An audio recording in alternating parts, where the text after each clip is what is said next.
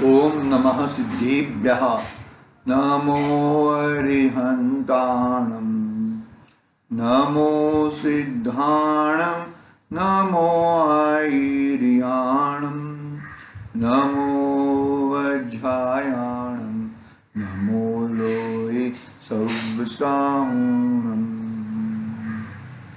मंगलम भगवान वीरो मंगलम गौतमो गणी मंगलम कुंदकुंडार्यो जैनधर्मोस्तु मंगलम सर्वमंगल्य मंगल्यम सर्वकल्याणकारकम प्रधानं सर्वधर्माणां जैनं जयतु शासनं जैनं जयतु शासनं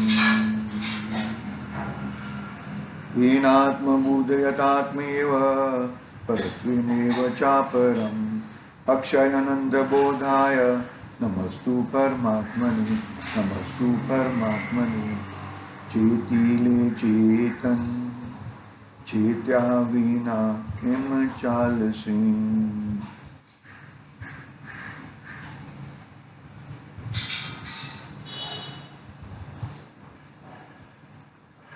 समाधि तंत्र पूज्यपाद स्वामी का ये महान ग्रंथ, आध्यात्मिक ग्रंथ अपने सामने विराजमान है। कल हमने 95 नंबर के श्लोक के माध्यम से आचार्य देवश्री का उपदेश हमने सुना कि प्रयोजन भूत में कभी भी भूल मत करना। अप्रयोजन भूत तो कुछ कार्यकारी नहीं है, उसका तुझे ज्ञान हो या न हो या अन्यथा ज्ञान हो तो भी अप्रयोजन भूत में कुछ भी कोई मतलब नहीं है। प्रयोजन भूत तत्व यानी कि 7 तत्व संबंधी श्रद्धान, अपना जीव तत्व संबंधी श्रद्धान, अपने आत्म संबंधी श्रद्धान जिसका बरोबर सही है वो प्रयोजन भूत तत्व है। प्रयोजन भूत तत्व से ही तुम सुखी होगे और दुख की दूर होएगा। तो ये जो 7 तत्व के श्रद्धान रूप, इसमें मैं कौन सा तत्व हूं वहां तक पहुंचना है। आत्म ज्योति, चैतन्य ज्योति कौन है? 7 तत्वों में छुपी हुई चैतन्य ज्योति वो मैं हूं। हम स्वाध्याय नहीं करें ऐसा नहीं है, स्वाध्याय भरपूर करना चाहिए। स्वाध्याय इतना करना चाहिए कि हमें बहुत ही वो हो। तो मतलब यहाँ पर आचार्य देव यह कहना चाहते हैं कि तुझे मानो कि 11 अंग 9 पूर्व तक का ज्ञान हो जाए और आत्मज्ञान न हो तो वो कार्यकारी नहीं है। 11 अंग 9 पूर्व का ज्ञान हो जाए और आत्मज्ञान नहीं है तो गड़बड़ हो जाएगी भैया। वो गड़बड़ निकालने के लिए, वो अपना स्वभाव को देखने के लिए, अपनी वस्तु को देखने के लिए तुम्हें अपनी चीज कहाँ पर है, कैसी है, उसका तुझे बरोबर ज्ञान होना चाहिए। ऐसी बात अपना 95 नंबर के श्लोक के माध्यम से आई थी। अभी 96 नंबर के श्लोक में आचार्य देव यह कहते हैं कि यदि तूने अप्रयोजन भूत यानी कि पर पदार्थ से अपना नाता तोड़ डाला है तो फिर वो तुझे सताएंगे नहीं, तेरे ज्ञान में वो आने वाले नहीं है। बहुत ही सुंदर गाथा है। तूने मानोगे जिस गाम में जाना नहीं है वो गाने का, वो गाम का तो गाना क्यों गाएगा? अभी मानोगे प्रोग्राम हो रहा है गुरुदेव श्री के परिवर्तन दिवस का, महावीर जन्म कल्याणक महोत्सव का और सुमेशार संप्राप्ति के शताब्दी महोत्सव। तो ये जो हुआ है तो वो उसके बारे में हमें सोचना चाहिए।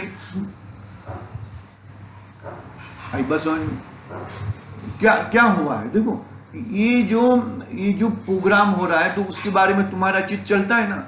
अभी वो तुमने वो प्रोग्राम को, ये प्रोग्राम को मुझे जाना है, वो प्रोग्राम को मुझे ये करना है, वो करना है, ऐसी बातें जो तुम करोगे तो भाई तो तुम्हें गड़बड़ तो होएगी। समझना चाहिए अच्छी तरह से। समझने के लिए हमें रियली बहुत ही बुद्धि कहाँ पे लग रही है। तो हमने वहाँ पे अभी कोई जाने वाला नहीं है, जो जो वहाँ पे जाने वाला नहीं है उसको उसके संबंधी मतलब ही नहीं है, वो उससे कोई मतलब ही नहीं है।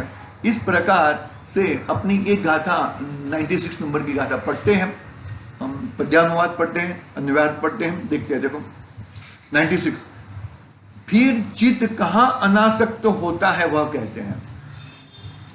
फिर चित्त यानी कि मन संबंधी बहुत ही चर्चा यहां पर मिलती है। मन, देखो जब आत्मानुभव होता है तो आत्मानुभव के पूर्व में मन संबंधी बहुत ही 5 इंद्रिय संबंधी तो चढ़िया हट जाती है, लेकिन मन संबंधी मन में बहुत उथल पाथल होते रहता है। तो ये फिर ये मन कहाँ आसक्त अनासक्त होता है। फिर ये मन कैसे अनासक्त होता है, मानो कि मुझे वहां पे जाना ही नहीं है तो उसका मैं गाना क्यों। देखो पढ़ते हैं 96 नंबर का श्लोक। यत्र नाहि तदीपुष श्रद्धा तस्मानि वर्तते, यस्मानि वर्तते श्रद्धा कुत शीतस्य कल्लय।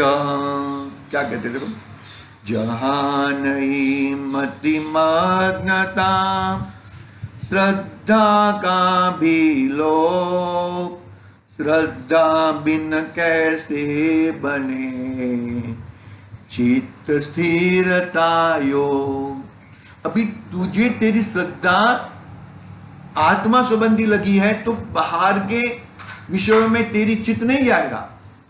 तेरी श्रद्धा पिक्चर देखने के लिए गई है तो तेरा उपयोग, तेरा चित्त, तो तेरी श्रद्धा भी उस तरफ झुकेगी। सामान्य ज्ञान में वो बात कही थी ना हमने कल, धारणा में जो तुमने लिया है वो ही चित्त में घूमता रहेगा। जो धारणा में जो तुमने नहीं लिया है वो चित्त वो घूमने वाला नहीं है भैया। देखो, जहां नहीं मतिमग्नता श्रद्धा का भी लोप, श्रद्धा बिन कैसे बने चित्त स्थिरता योग। जिस विषय में, देखो क्या कहते हैं, यत्र जिस विषय में पुंसः पुरुष की अनाहित धी बुद्धि दत्तावधान रूप नहीं होती, तस्मात् उससे श्रद्धा निवर्तते हट जाती है, उठ जाती है। और यस्मात् जिससे श्रद्धा हट जाती है, चित्तस्य चित्त की तल्लय कृतः उस विषय में लीनता कैसे हो सकती है, अर्थात नहीं हो सकती। आई बात समझ में?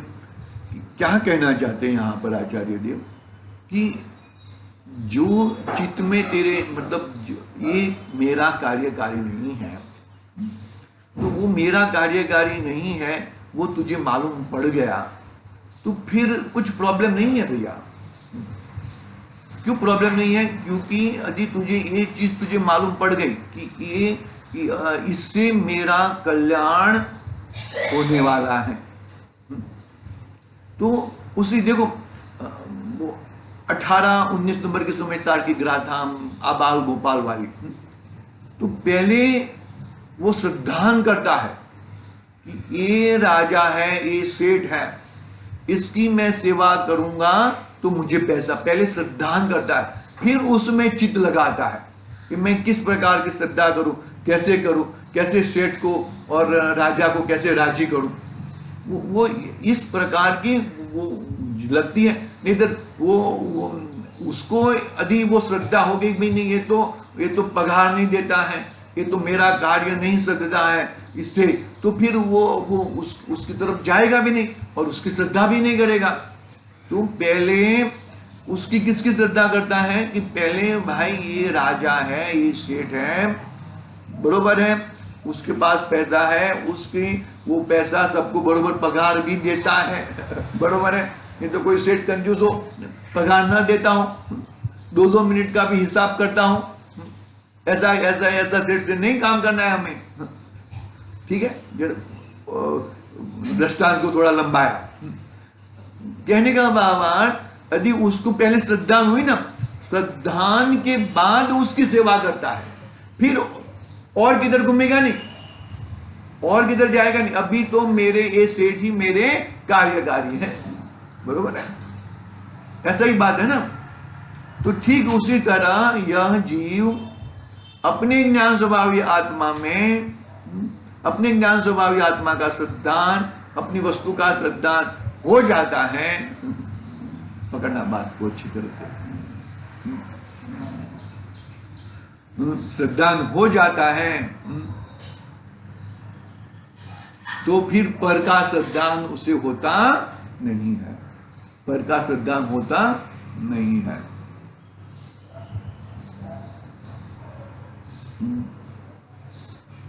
पकड़ना बात को अच्छी तरह से। आबाल गोपाल सभी को सुलभ भगवान आत्मा ही जानने में आ रहा है। वैसे ये शब्द जरा आगे पीछे होंगे, देख लेना ग्रंथाधिराज सुमिसार में से। उसको वो जो जो जो था, उसको ये सेठ मेरे कार्यकारी है ऐसी श्रद्धा हो गई, तो अन्य किधर भी घूमेगा नहीं, अन्य किधर भी जाएगा नहीं। आई बात समझ में? कितनी सुंदर बात बता देते हैं आचार्य देव, 2 लाइन में पूरा इष्टोपदेश में आए ना, जीव जुदा पुद्गल जुदा,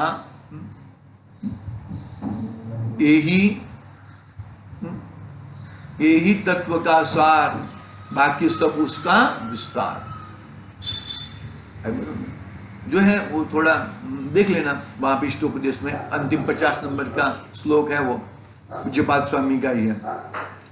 मतलब ये किस तरह से है, हमें अपनी वस्तु तक कैसे पहुंचे, अपनी वस्तु की तह तक हम कैसे जाए, वो बहुत बड़ी बात कही। देखो एक बार अनुवाद पढ़ लेता हूं। जिस विषय में पुरुष की बुद्धि दत्तावधान रूप नहीं होती, उससे श्रद्धा हट जाती है।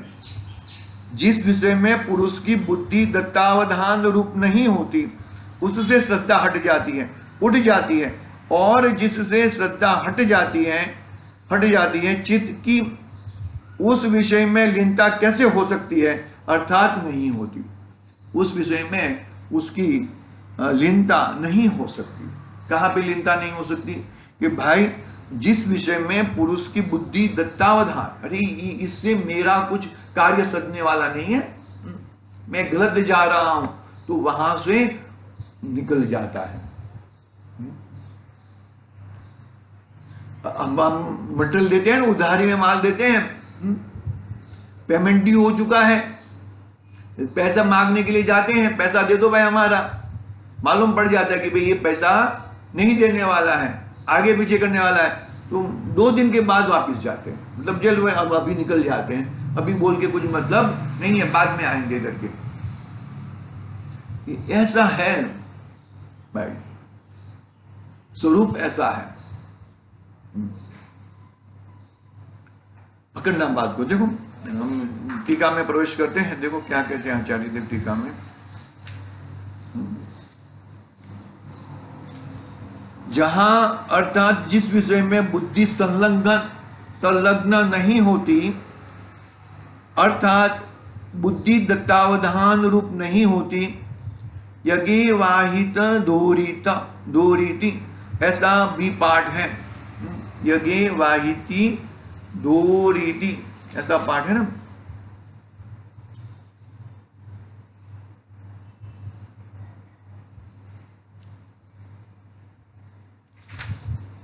हाँ, यहाँ पे